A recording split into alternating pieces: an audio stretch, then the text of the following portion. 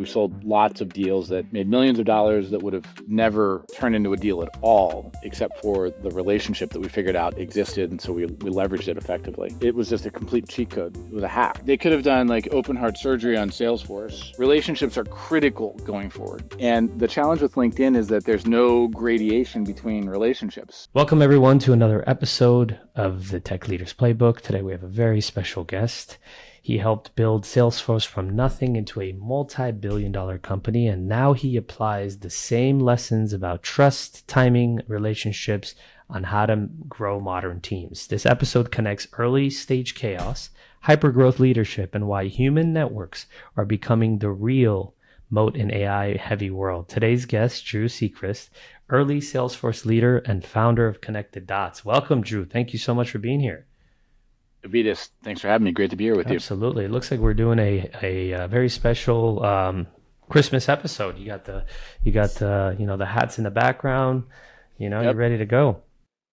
I did all the decorating in anticipation of this podcast, Avetis, and I hope you like it. I do. Yeah. I love it. That's awesome, man. Let's talk a little bit about what it actually takes to scale from zero, right? I mean, you've got a very unique background. Anyone can say, well, not anyone great can say they've worked at a multi-billion-dollar company. They don't even have to be great. They just have to be really smart to get the job. But very few people could do what you did, which is really cool. Before Salesforce was even Salesforce, what were the first problems you were solving when you joined? And what did success even mean at that stage? Tell me a little bit about that journey, if you don't mind. Sure. And just to try to clarify the question, what did success mean for Salesforce at that stage? Yeah, and right? You were brought in for a reason. Yeah. And, we know Salesforce. We all know Salesforce now, but we don't know what the Salesforce you were hired at, right? So tell us through what was going through their heads and what they were trying to accomplish and how they went about it, I guess. Yeah. So I'll wind it back just a little bit before that. So I grew up on the East Coast and I went to college on the East Coast, and my first jobs out of school were on the East Coast, all in North Carolina. That's where I went to college. And I was working in 1999 for a little company that was a regional consultancy that would help companies implement Salesforce automation tools. And all the tools at that point, all of the software products were client-server software products. So you would buy a CD-ROM, you'd buy the physical media, and then you would install it on your computers, on your servers, and on your client devices, and then you'd wire it all up and configure it, and that's how it worked. And that's what our job was. Our job was to go sell this to mid-market companies on the East Coast, and then do all the implementations for them. And so that's the job I was doing right before Salesforce came along. Then sometime in 1999, I read a Wall Street Journal article about this new trend that was happening in software. Instead of this client-server model where people would buy CD-ROMs, install it, and do all the things I just said, there was this idea that maybe companies could host the software for you and use this new thing called the internet that was pretty untested at that point, pretty slow, and hadn't been used like this yet. But maybe companies could host all that software for you, and then you wouldn't need to have the server, and you could just have a client that would connect to the server of the company that's hosting it for you. And I thought, well, that's a great idea. And we actually started to go that direction at the consultancy that I was at. We started to propose that to our customers. And then this article came out with mentioning Salesforce, where Salesforce said, in the Wall Street Journal, Salesforce said they're going to rewrite all of the software so that you don't even need a client. All you would use is a web browser, and they would host everything. So it would behave like Yahoo or Amazon or these other websites at the time. And that was a kind of a mind-blowing idea. And I realized that it was going to just kind of annihilate all the complexity of delivering the value of Salesforce automation software to companies who needed it. And it was just a dramatically superior concept and architecture and everything. And so I found Marc Benioff's email. They were a very small company at that point. I think they were probably just about 10 or a dozen people. And I emailed him asking if we could resell the product. When it came to market, they didn't have a product ready for market yet. They just made the announcement that they're going to go do this. And Marc said, we're not going to have a reseller program. We're going to have our own direct sales team. But he invited me out. He said, come out to San Francisco and let's talk. So I did.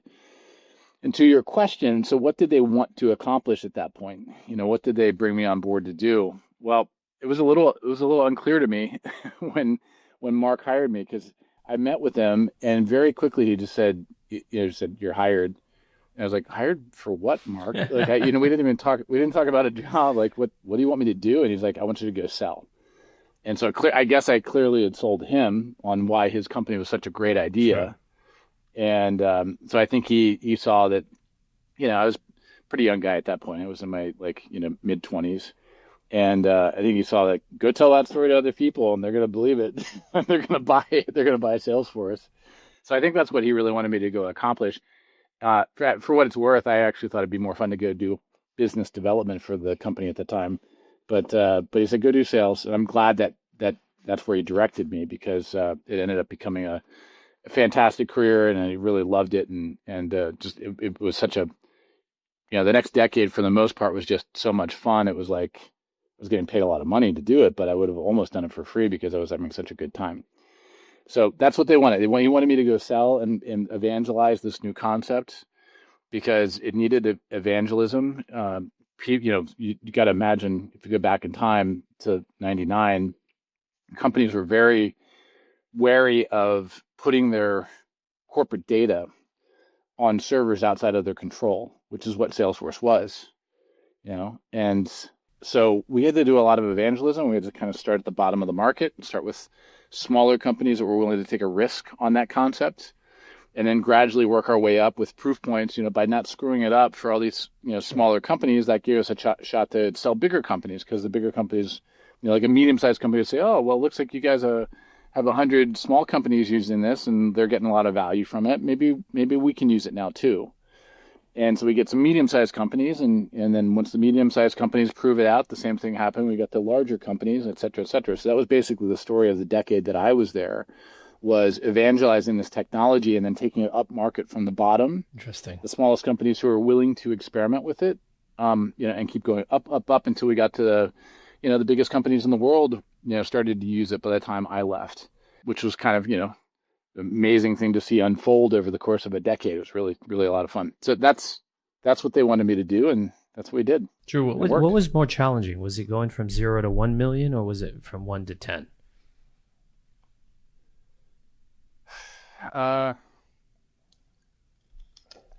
0 to 1, I think, is by far the hardest thing you got to do, by far. And I remember the first week that we started selling the product, because so I joined, it was like November of 1999. It was around Thanksgiving time. And for the first several months, our job as a sales team, the very little sales team that we had at that point, was to basically get people to use the product for free. Yeah, I remember the strategy. So it worked great. But it was also, it was great, but it was also like, we wondered, when is this going to end? Like, how long can we give this thing away for free? Because we're relying on investors to fund that effort. Ultimately, you need to flip into a revenue producing company, or else you're a charity, and you got to figure out how to keep getting people to invest money in your charity. Well, that we were clearly not going to be a charity. We were going to be a for-profit company. So for the first several months, we were just giving the product away for individuals and teams. We really wanted to get teams on it to see how it worked for them, work out the kinks, figure out what the objections were, because it was hard enough, getting people to use it for free, not paying anything, because this is a new unproven concept, and there's all this concern about just like, what about data security? So everybody, it's very secret information. Your pipeline and all your customer information. You don't really want that to be out there in the world for everybody to know. And so there's a lot of concern that we weren't, buttoned up enough yet to be able to put secure data like that in. So, a lot of our effort was convincing people it was secure enough. And then it was also convincing people that it's going to work in all the different situations that it needs to work in. Like, back in 1999, early 2000, people didn't have internet everywhere. There was no cell phone. You didn't have an iPhone. There was no Android device. Your computer was often tethered. Wi-Fi was not, available all over the place. Internet speeds were very slow in a lot of situations. So there were a lot of things, a lot of headwinds against Salesforce in the early days. But if you could skate, if you could see where the puck was going to, internet was becoming more important and technology was advancing, and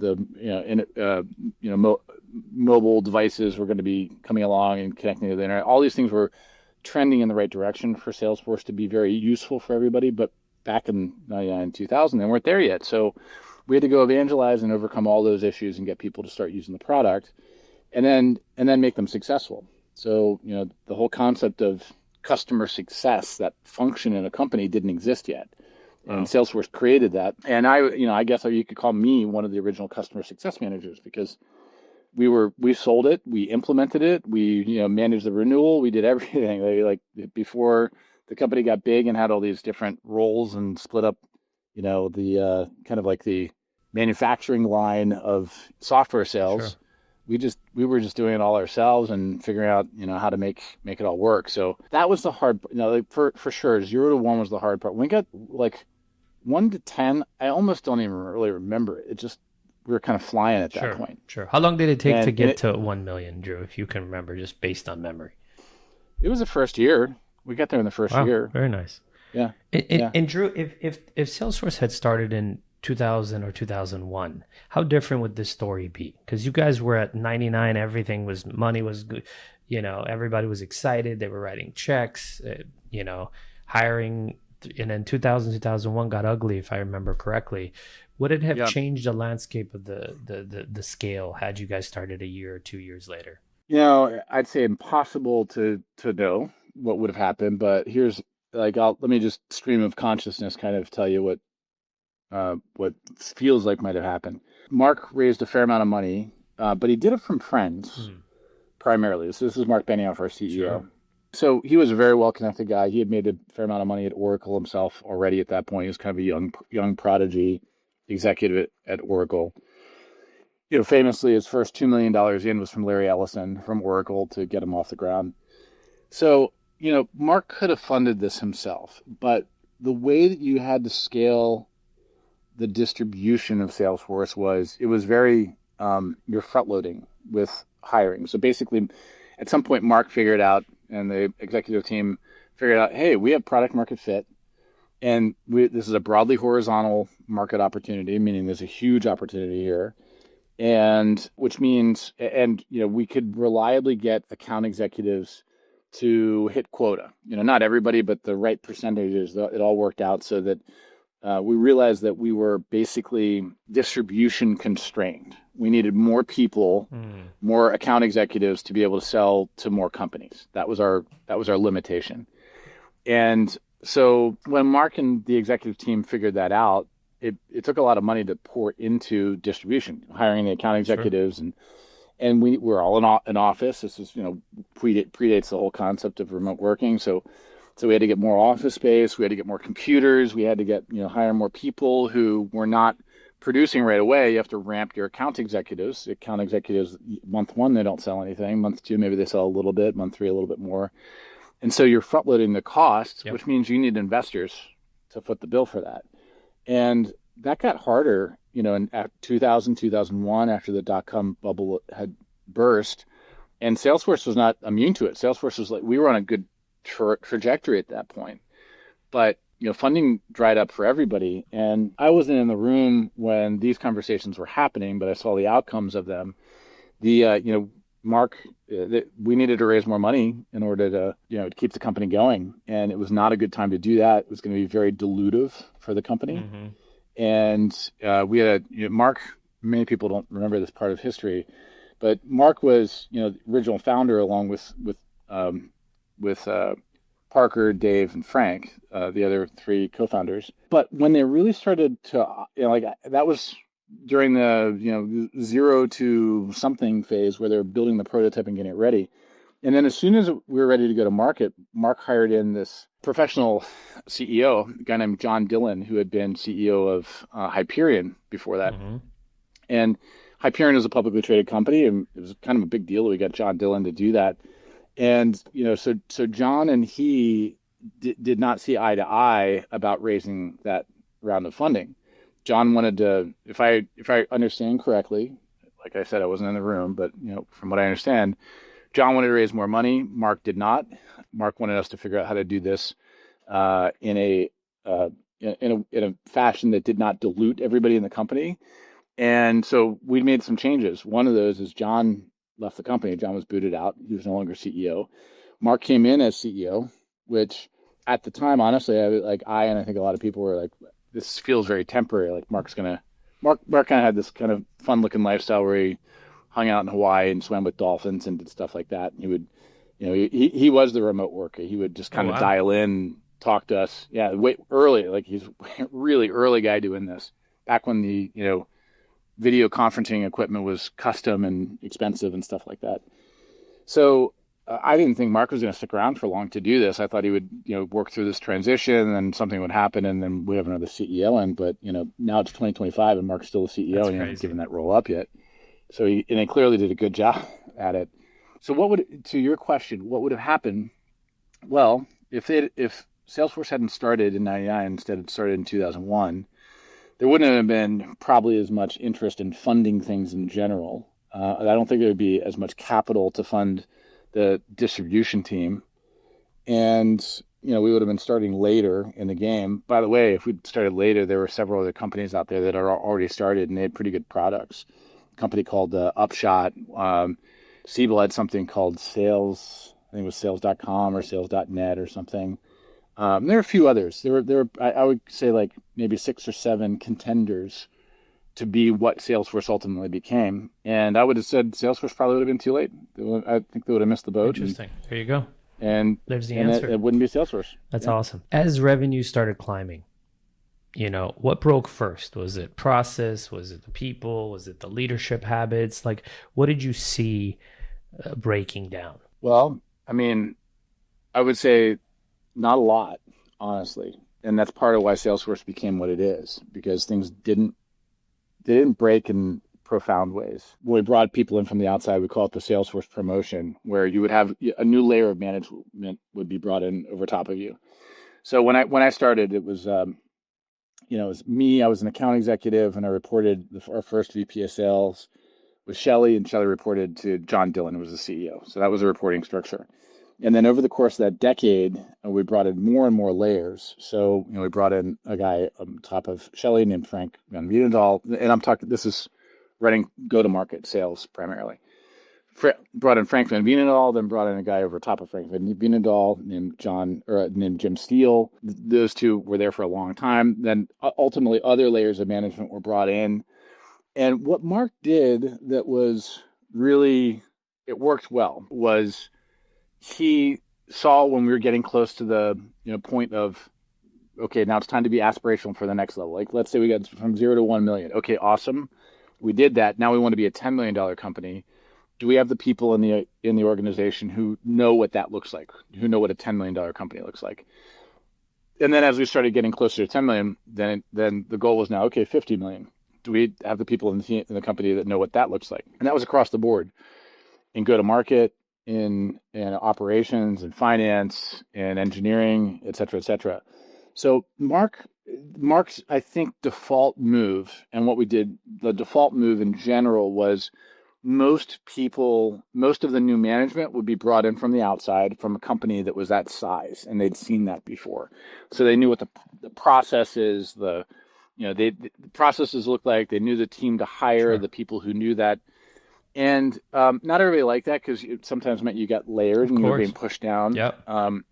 And from my perspective, by the way, I was like, hey, I was compensated pretty well with both cash and equity, and I was like, whatever it takes to make this company successful, I'm going to win. We're all going to win. So I'm happy to play my role. Yeah, smart. So. And then some people, did rise up through the ranks, and sometimes they would be tutored under this new layer of management, sure, that came in from a larger company. Like, we'd hire people in from Oracle or SAP or some other, I don't know, whatever company that was like the larger company that we wanted to learn from. And then some people in the organization would kind of learn from those people, and then they would apply what they learned from those people, plus their knowledge of how we operate as a successful company in our own right. And then they would rise up through the ranks, sure, and that some of them would become very senior leaders too.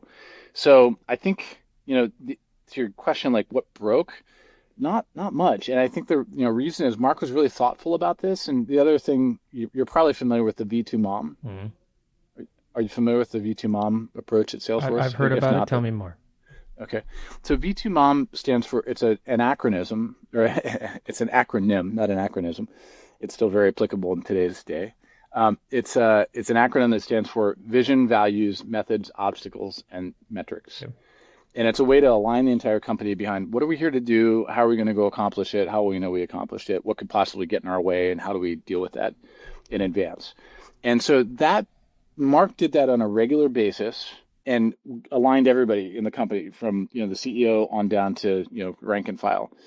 And so everybody was well aligned. That process surfaced the issues, the bottlenecks that we were facing at any given time. And then it outlined the plan, our overall strategy for addressing those bottlenecks. And then we would go solve those problems. We hired smart people who were motivated, and we would solve those problems. So everything pretty much worked as we were scaling. I will say that, nothing's flawless. We definitely had some engineering issues at various points in the first decade. Makes sense. Some were pretty scary. Some were like downtime was an issue for a while. And, there was a point where we can't sell this product if it's not going to be up 99 point, how many nines did we need? We weren't quite sure, but It needed to be a lot. And that's there was a period of time where, it got a little scary. Things started going down.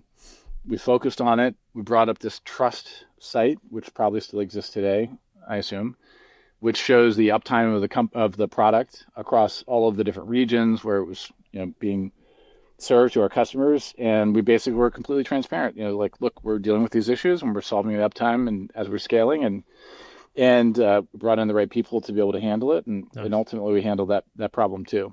Drew, so that was let me jump in and ask you a couple questions because I got a million questions to ask you. So we got to get through them. There's two trains of thoughts when you're hiring as a startup.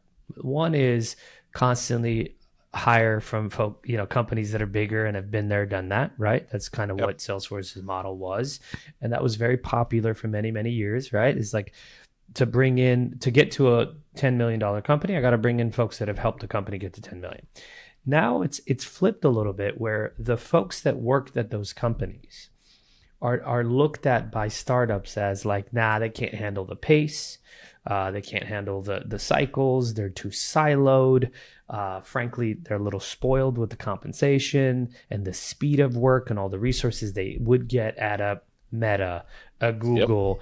So as I run a technology and go-to-market recruiting and consulting firm, and some of the startups, I'm talking post-Series A, right? Don't want that. What are your thoughts on that, right? Because there's two ways to look at it. The first one you mentioned, and then the second one where people get excited about a big name, big brand, and then those guys come in and they flounder, right? They just can't handle the speed, pace that you need at a startup. Yeah, they fail a lot. And Salesforce had a lot of swing and a miss, experiences like that with these executives, and it's not like they all worked out. Lots of them didn't. They come in, and inside of 3 to 6 to 9 months, hopefully not longer than that, you figure out this is not a person who's going to make they're not going to work, and then they would wash out of the organization. They either leave themselves or they'd get fired. Sure. So I don't know if you know. I think his name is Matt Mokari. He is a coach to some of Silicon Valley's top CEOs.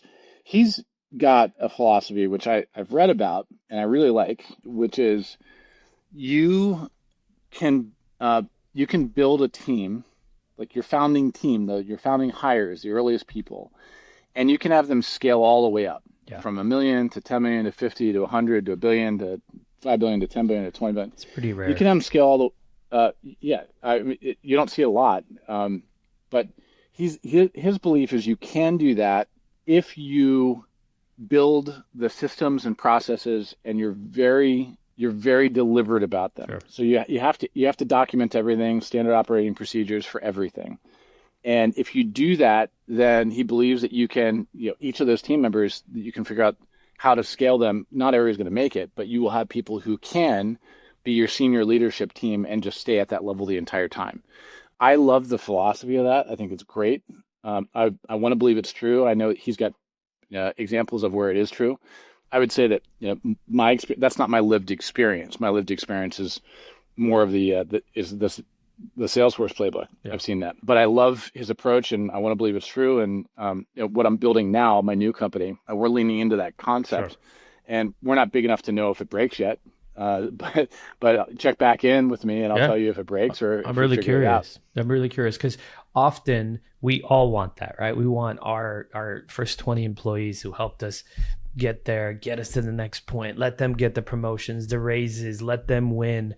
The problem is sometimes what got you here can't get you to the next level. I don't like ruthlessness, right? Because there's a place for those folks that helped you get to that level, but sometimes you have to inject a little bit of outside knowledge, outside expertise and leadership to change the game up a little bit, unless because otherwise you get stuck in the same, this is how we used to do it, we've always done it this way, comply, so that's good. Drew, you worked with Marc Benioff. Not many people can say that. What did you learn about conviction and pace that most leaders only understand much later in their cycle? Yeah. Well, I love it. I love his pace. Number one, let's talk about pace. Mark, so I was there for a decade. I was there from 99 until 2010. And the entire time that I was there, if I sent Mark a message, I probably got the message back within 3 or 4 minutes. Wow. From him. It was crazy. It seemed like a day or a night. Could have been any time zone. I don't know what he was doing. Like, he had his own AI bots in advance, but he did it himself. Like his responses were his own. Now he had some admins, EAs that would triage his stuff, Sure. but they wouldn't reply for him. They would help kind of maintain, the flow, but he would do all his own replies. And my understanding is, I think he's still doing that today. And he's not quite as fast, at least not quite as fast with me. The last time I emailed, it took him a couple of days to get back to me. I'm also not super high on his priority list right now. I'm not one of his top sellers in his company Sure. these days. I'm doing something else. So pace, relentless, and he expects it from everybody else. And, I think that's how you, like, in enterprise sales, I think that's a big part of how you win. You need to move fast, because I know for a fact there are many deals that we got that happened because we iterated 4 or 5 times, and that we had 4 or 5 cycles with a client or a prospect, in the time that our prospects would have one. Right? Because of whatever, they're out for the weekend, they'll get back on Monday, blah, blah, blah. Well, we already interacted 4 or 5 times. We progressed the thing, down the field. We already have meetings set up. We've already got, next steps set up. So I know that that's critical. And I think that's a big part of Mark's genius, is he just drives that pace. He hires people that work at that pace. And again, my data is a little dated now. I don't know what you do with the 50, 60,000 employees now. It's a bigger company. I'm not sure exactly if he's running that pace across the entire organization with everybody, but that's how it was then. About conviction, I would say he had it. It was so, he was messianic. He had seen the light. He's like, client server it was an evolutionary phase that we need to evolve out of now.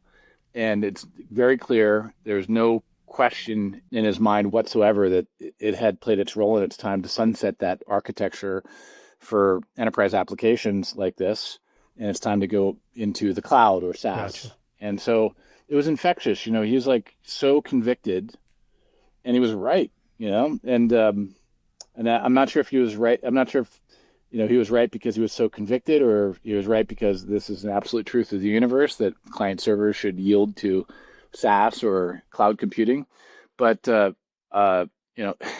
it was powerful and impressive, and quite frankly, it's why I got there, because I saw his conviction in that Wall Street Journal article early on in 1999, and that drew me all the way from the opposite coast, from North Carolina, to fly out and meet with him and take a job with him, and then he infected me with that kind of messianic fervor about this, conviction about this, and so I ran all over Silicon Valley preaching the good word. And it worked out really well for all of us. Pace is everything. Pace is everything, Drew. When we've hired people in the past and see that the pace of communication with them is slow, during the kind of onboarding and the finalizing and that process, and we sense the red flag. We're like, ooh, they're a little slow to respond.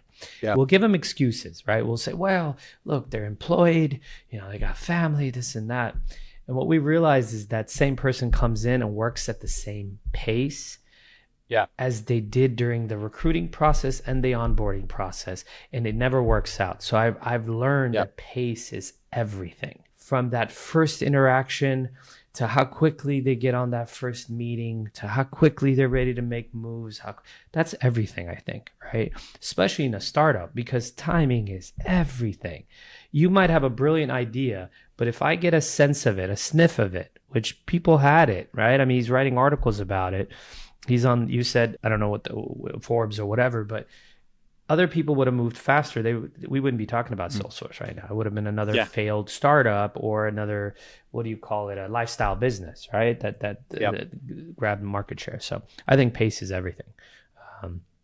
I agree 100%. Yeah. And it's nice to talk to somebody who has that same observation. Oh, it's everything. Pace is everything. And I personally cannot work with slow people, even vendors. I can't work with slow partners, slow vendors, slow friends.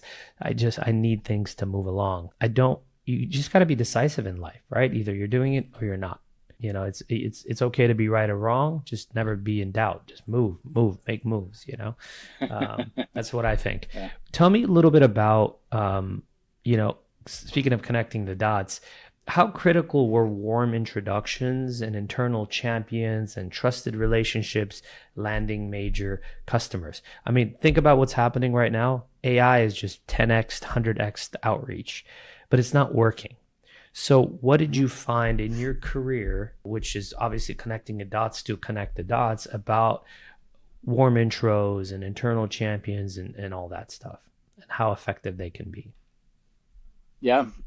So it made a huge difference very early in my career because, as I mentioned, I moved out from the East Coast to San Francisco. I didn't know anybody west of the Mississippi when I moved out there.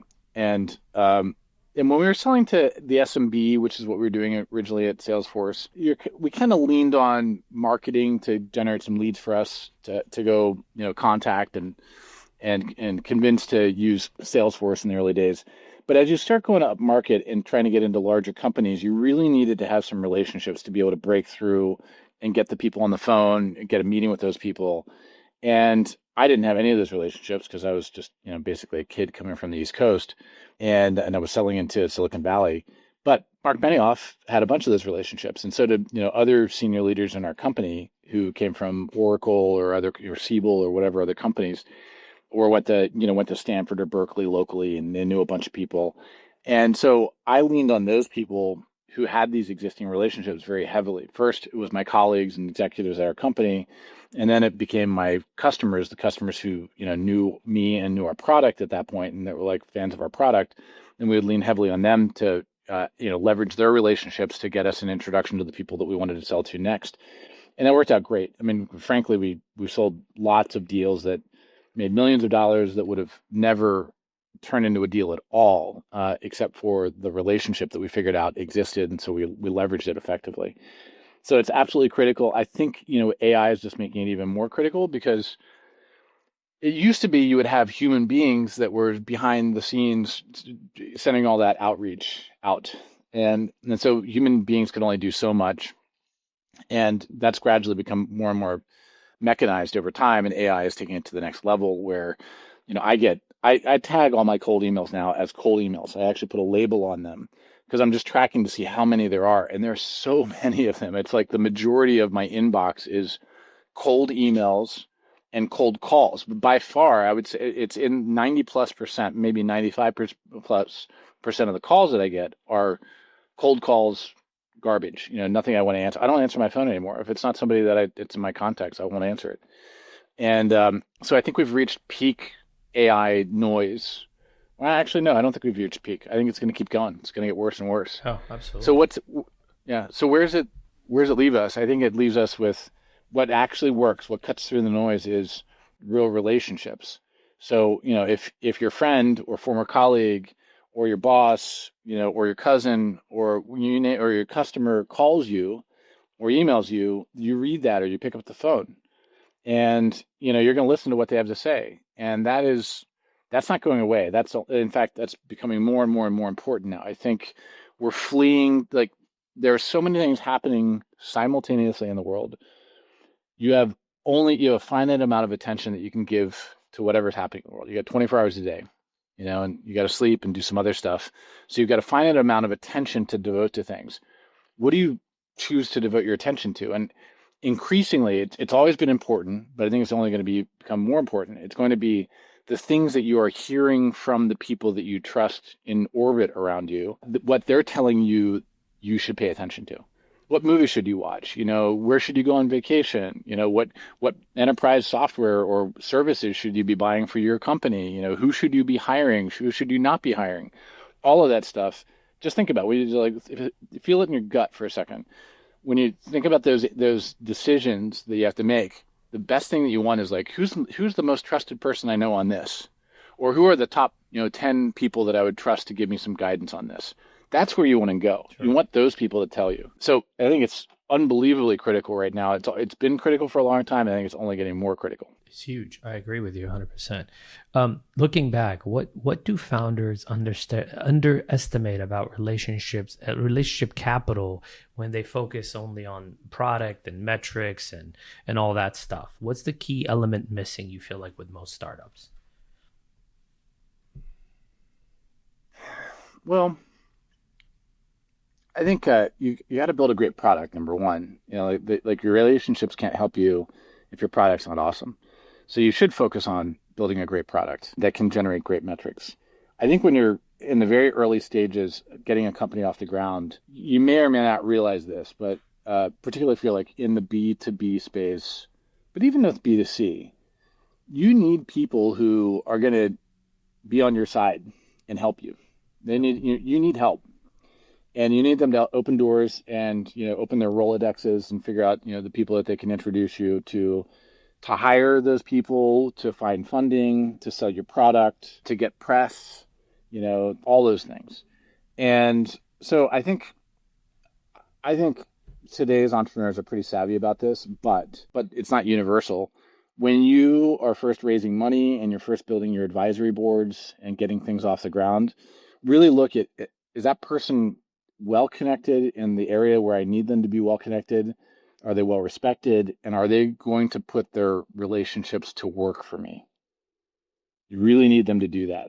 And, if you're an angel or seed investor or a Series A investor, that's your job, like you really should be doing that. But I would also, if you're an entrepreneur and you're getting started, back channel those people. Find out who they're supporting. Like, how much support did you get from this investor or this advisor?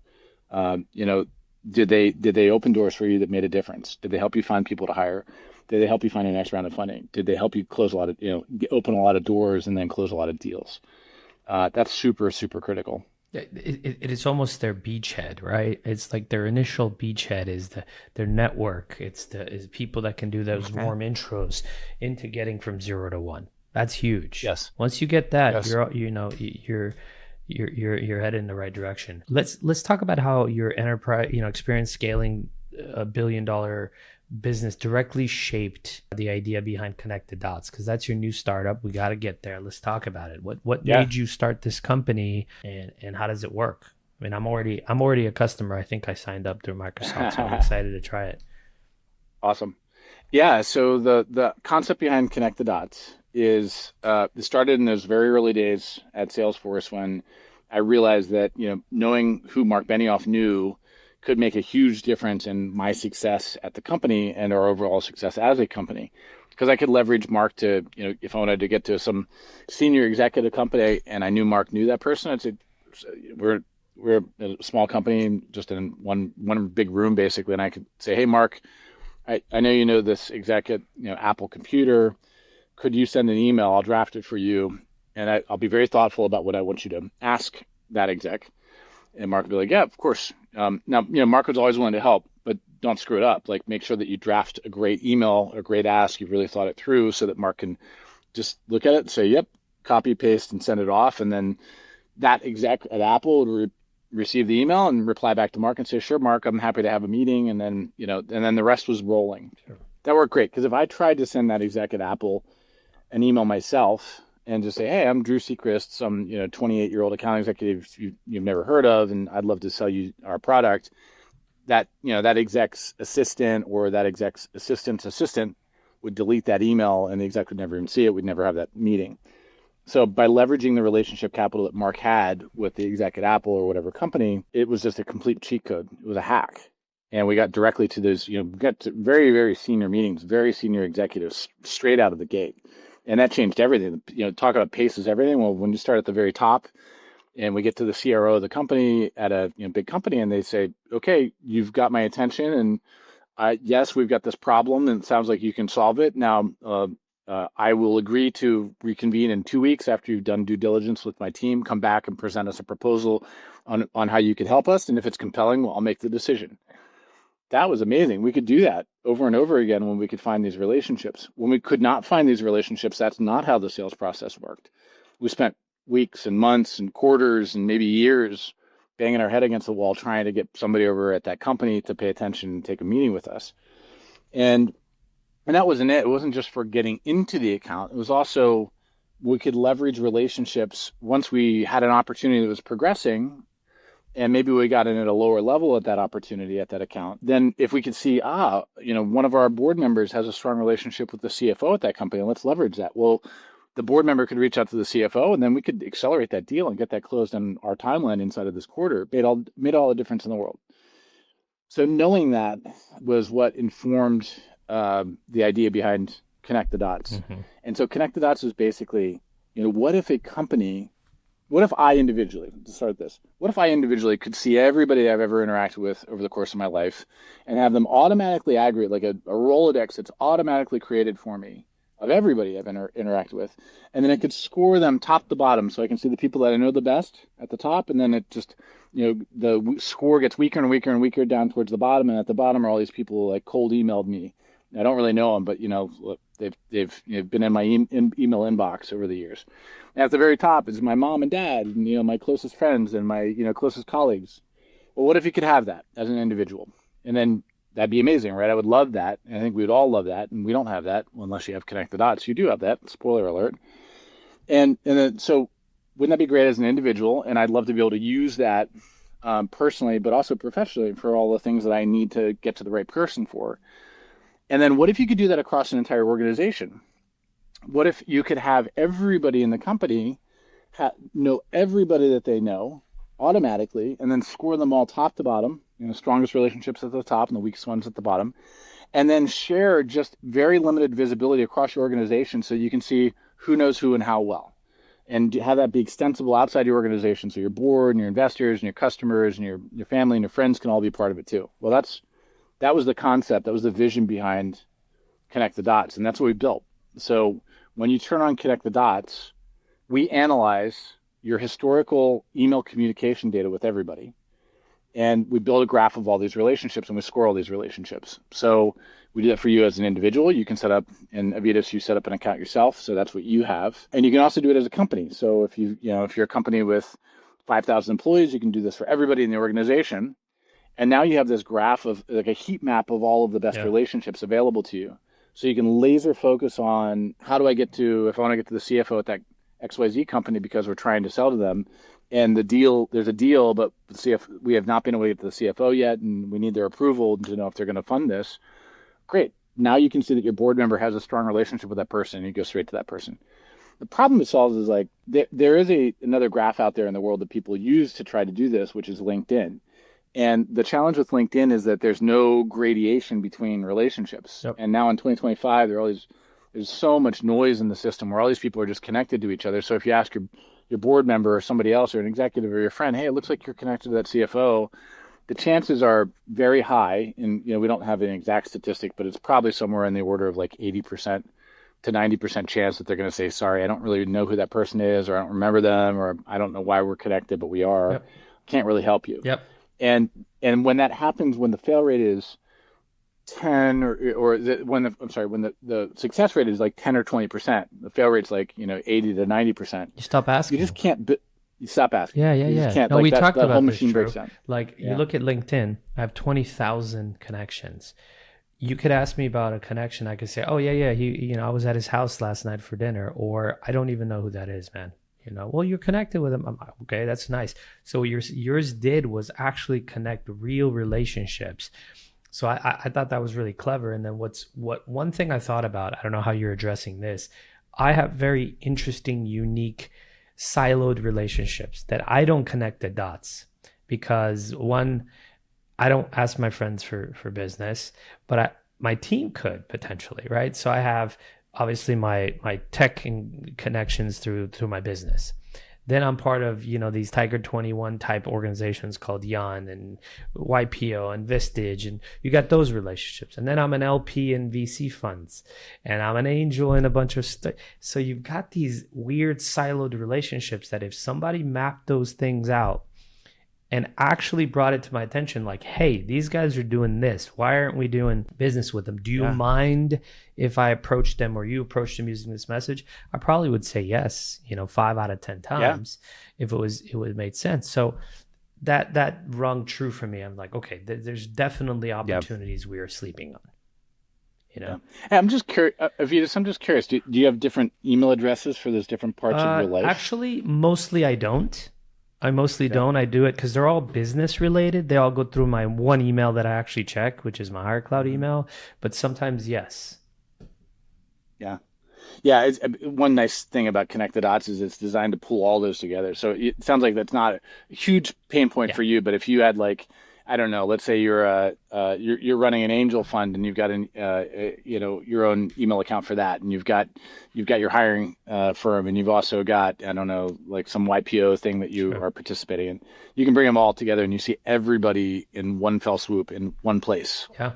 It's a really good idea. Yeah. That's awesome. Yeah. So that makes perfect sense. I mean, let's talk a little bit about AI, the noise, why scaling now is harder than ever. While it's easier than ever to get off the ground, it is harder. When Salesforce was scaling, noise existed, obviously, right? There was emails and all kinds of stuff, but not at today's level. How does AI fundamentally change the signal to noise ratio for modern teams? I mean, just not for the better. It's like a lot less signal, a lot more noise. The one thing, like AI is a tool that can be used for all kinds of things. The thing it can do for go-to-market teams is it can do all the research for you, and it can pull out the signal. So as you're doing your preparations for like, how do we attack this account, then it's amazing for that. It's going to find the signal, it's going to get rid of the noise, and it's amazing. But from a go-to-market like outbounding perspective, it just means more noise, more noise. Like I'll tell you the feature that I want to. I'm going to do a little product development right now with you, Avetis. Would you like a filter on all your inbox so that every cold email is just sequestered and put into a different folder? That'd be amazing. And would you like that? I have a something similar. It's called Sane Later. Sane Box, Sane. And what it does, it says, okay, this I'm going to move for later. And you kind of train it to say, like, this is for my business. This is for later. This is news articles and blogs and whatever's sent to me. And then there's the black box, same black. But you just move it over and it kind of dies. So it already exists. Does it know when it's a cold email specifically versus like, no, it doesn't. It does not. Yeah. Because we could do this pretty easily because we know somebody's never emailed you before. That's like part of what we do. And we also can semantically just look at the context of the email and say, this is a cold email. And we could basically have it just disappear. You never have to look at it. It could go into some folder where you could choose to look at it later, but otherwise you never waste your time on it. Something I personally want, I'm going to check out Sane Later though, because maybe it already does what needs to be done. It's decent. It doesn't always work accurately. One of the things for why this is so important for me, Drew, is I'm a zero inbox guy. Freaks me out when I have emails, and so it's more important than ever to have a clean mailbox. My former business partner would have 77,000 emails, and he literally wouldn't care. He just wouldn't. He's like, I don't care. Yep. And I can't. Right? I'm a freak when it comes to that. I'm a minimalist when it comes to emails. I need it to be organized, clean. And that's how I'm able to operate very quickly and respond. Mark, Yeah. where I need Yeah. to get it off my plate. Boom. I don't want to be the Yeah. reason that John couldn't get that contract done or that approval. So let's move. Yep. So that's very, very important. Drew, when you think back, what was the biggest aha moment, that hit you, realizing the relationships could serve as the long-term moat in a kind of an AI saturated world? Because you're betting on that, right? You're betting on relationships are the biggest moat. What gave you that aha moment? Well, I would say it came before AI, and AI has just accelerated it. So the aha moment for me, there are a couple of them, but one interesting one. This is maybe, I don't know if I can completely articulate this, but I'll give it a shot. Years ago, Salesforce tried to acquire LinkedIn. Wow. They didn't acquire LinkedIn. Microsoft did. Yes. And I remember looking at that and thinking, wow, if they had actually succeeded in doing that, they could have done like open heart surgery on Salesforce, and they could have basically taken out the account object and the contact object in Salesforce in their CRM, and they could have inserted LinkedIn. Basically, all the companies in the world would be served up by LinkedIn, and all the contacts in the world would be served up by LinkedIn. And that fundamental architecture change would have made a whole bunch of stuff possible, including potentially building a graph of really who knows who, like true relationships, who actually knows who. And it could have turned these enterprises into, it would have unleashed the potential energy of all of the relationships inside of a company, so that they could put them all to work to help them sell better. And then Salesforce didn't acquire LinkedIn. Microsoft did. And when I saw that, I was like, wow, there's a real opportunity here, and somebody should go build something that does this, that allows companies to unleash the potential energy of all of the collective relationships that they have at their disposal. And I didn't quite know how to do it yet, but I started getting some more clues, realizing that there is basically a social graph that we don't think of as a social graph that's been building up for years, and it needs to be assembled. And that social graph is all of this digital exhaust communication between and among us. So the fact that Avetis, you and I have emailed a little bit, or we text message a little bit, or WhatsApp or whatever, those are a signal that we know each other. And the more frequently we do that over a longer period of time, that indicates how well we know each other. And so I realized that we could reverse engineer this social graph of real relationships, true relationships, Yep. by analyzing all of that information. And now, the question is, how do you get everybody to contribute their network? In order to do that, we have to make sure that there's something really awesome in it for them. So when you use Connect the Dots, you're going to tell me if is it really awesome, and is it worth your while doing it? And that'll be the answer. That'll be the answer for you. And the same thing for our customers. Our customers do this. They turn on Connect the Dots and they plug in all of their email metadata. Sure. And then we reverse engineer their graph of all these relationships. And the reason they do that is because it's unbelievably powerful for them. They can see all these relationship paths to get to the CEO or the CFO or the CXO or whatever company that they want to get to. So that's probably the main moment when I was like, this is definitely going to happen. And if I don't go do something now, then somebody else is going to do it. And hey, I think I want to go be the person, who instigates this thing. Well, you're the right guy, because for you it was massive for your career. And for Salesforce, it was massive. You used that exact approach, and it worked 20-something years ago. And it's not outdated. It's actually the opposite of that. It's classic, and it's one of the very few things that still matter in an age of AI is human, deep connections, not artificial, fake connections. And a lot of the technologies out there, Drew, right now, what they're doing is like log growth machine, and there's a million of these. All they're doing is they're just automating outreach into more cold contacts. And yes, people connect. You have a nice profile, they connect, sure. Maybe they even read your email that comes with the connect email. But that's where it ends, right? You usually stop emailing once you see they're pitching you, or they stop talking to you when you're pitching them. And so something had to be done almost. And there's a couple other cool companies trying to do this. I'm curious to see the differences between those. But really, really good idea. You mentioned on our conversation that you're rethinking companies belonging in the next area of scale. You're working on a manifesto around redefining the company and Yeah. the social Yeah. contract with employees. How does that tie back what you've learned Yeah. over the last 10, 20 years? Yeah. Wow. Okay. Do you have another hour? Because No, this I is a have like long one. 5 minutes. I could do 10 uh, hours with you, but the show is supposed to be yeah. less than an hour. When we're in the same city at the same time, we should go get a beer Absolutely. and have the long version of this conversation because Sure. I'd like your input on it. So a lot's happened. Like if we go back, if we look on like the century timeline for companies, how have companies changed over the course of the past century? It used to be that there were, we had these like time and motion studies, and companies were trying to figure out how to produce more faster, basically. Sure. So humans were these cogs that would come in and they would be part of this, this production system, and they would come to a physical location, and there was a social contract was kind of like you do a good job, and then you'll have a job here, and you'll get promoted over time, and then when you retire, you get a gold watch, and you go and retire in Florida. And that was the social contract. Things have changed a bunch. COVID really accelerated a lot of changes. The internet accelerated a lot of the changes. AI is accelerating changes even more now.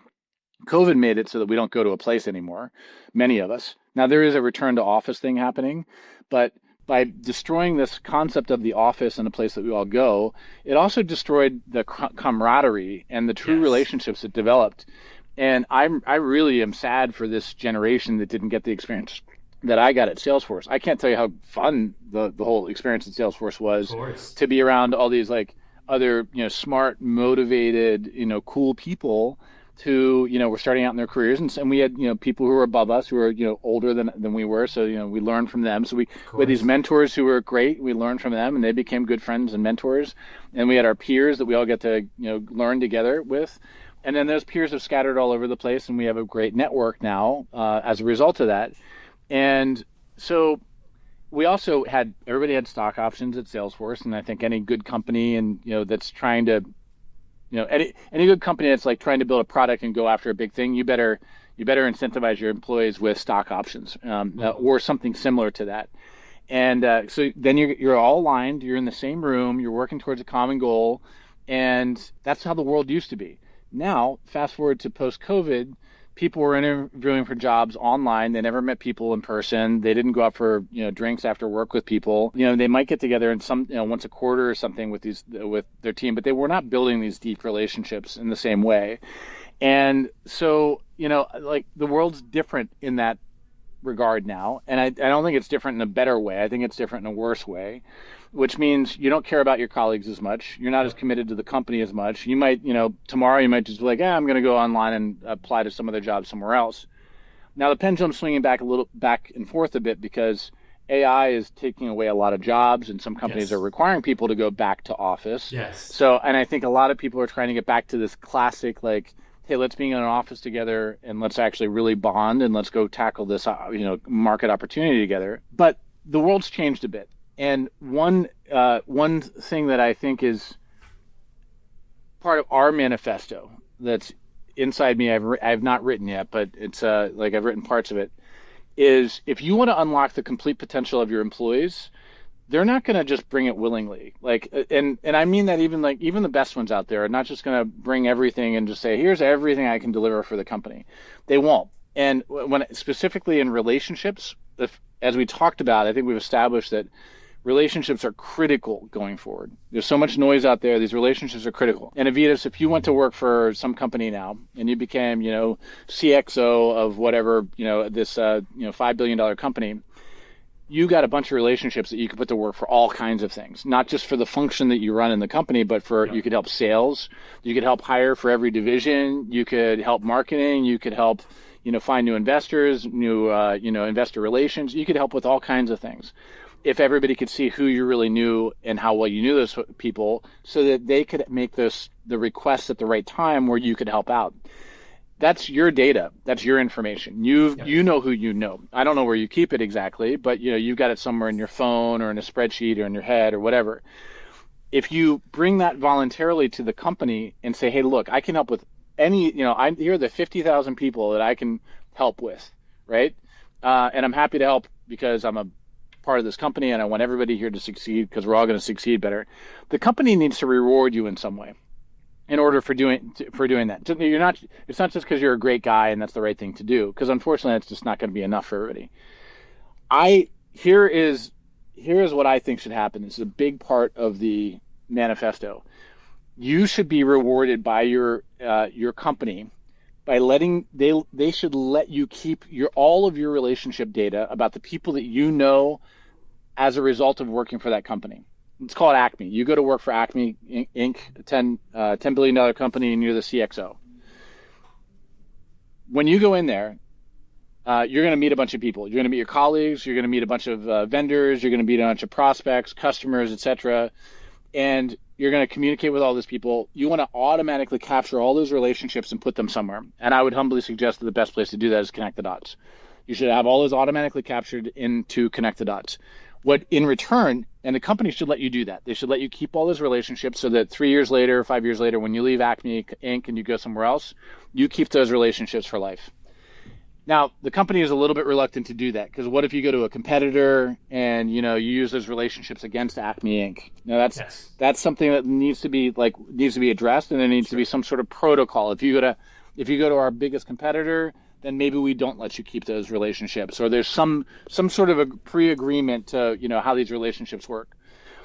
In return, you also should bring your maximum network to Acme while you're there. Yes. So.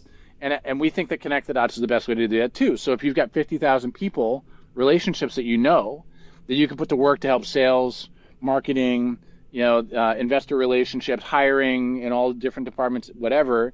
If you could bring all of those relationships and say, hey, company, I'm Avetis. I'm here. I'm the new CXO. I'm happy to help. Here are the people I can help with. Let me know how I can help, because whatever we do together, if we are a rising tide, we're all we're going to float all boats. We're all going to do better. But that relationship has to be rethunk, because the company that was 100 years ago, where you just showed up at the physical location and you were part of this manufacturing process, and you were kind of a human cog going in and out of that office, working Monday through Friday, 9 to 5. That's not what you are anymore. Now you are a network node. Yes. And that's the power. There's so much. I mean, it's almost like there's an analogy to like splitting the atom here. There's so much power that you could bring to that company, but they've got to incentivize you to do it, right? And it's really up to the company has to say, we want to do this. We want to incentivize each of our people to be these very powerful nodes to bring the maximum power that they can to the company. I like that. It's like everything in and no loss, because people fear. I'm going to give you my network. I'm going to give it my all, my reputation, my everything. And then what do I get out of it except the job? So in this case, you're putting it all in and you're taking it all out if you ever need to. Or hopefully doing what you did, right? Putting it all in, not thinking about going anywhere, and just killing it and succeeding in a big way. Because that's also one thing that really, on a different episode, we should discuss is you probably had many, many, many opportunities for promotions and raises to leave to go to the competitors, and you chose to burn the boats, burn the ship, put your head down, and just kick ass for Salesforce, which has led you to where you were at that point and now, I feel like. Yeah, agreed. Like I said, we got another hour or 10 hours in us, but I think that's not the format for your podcast. So no sir, we'll do that over dinner. Drew, that's a great segue for us to end it, man. Thank you, Drew, for sharing what really looks like to scale a company from 0 to $1 billion. It's rare, without losing the human layer that makes growth sustainable. The conversation is a reminder that tools evolve, markets shift, but relationships remain the multiplier. Drew, people can connect with you on LinkedIn, I'm guessing, and learn more about this awesome Connected Dots product, ctd.ai, I believe it is. I would recommend people try it and let us know how it goes. Drew, thank you so much for being here, man. Avetis, thanks so much. It was a lot of fun. Absolutely, brother. Thank you. Okay. Bye. And that brings us to the end of another great episode of the Tech Leaders Playbook. I want to thank you for joining us and hope you took away some valuable insights to apply in your professional journey. Don't forget to subscribe on your preferred podcast platform so you don't miss out on the next great conversation. I promise it'll be good. If you enjoyed today's episode, we'd appreciate if you could leave us a review. Your feedback not only helps us improve, but also help others discover the podcast. Better leaders mean better working environments. Better working environments leads to happier people. Remember, a rising tide lifts all boats. I'm Avetis Antaplyan, and this has been the Tech Leaders Playbook. Keep leading, keep learning, keep giving, and I'll see you on the next one. Until then, stay inspired, my friends.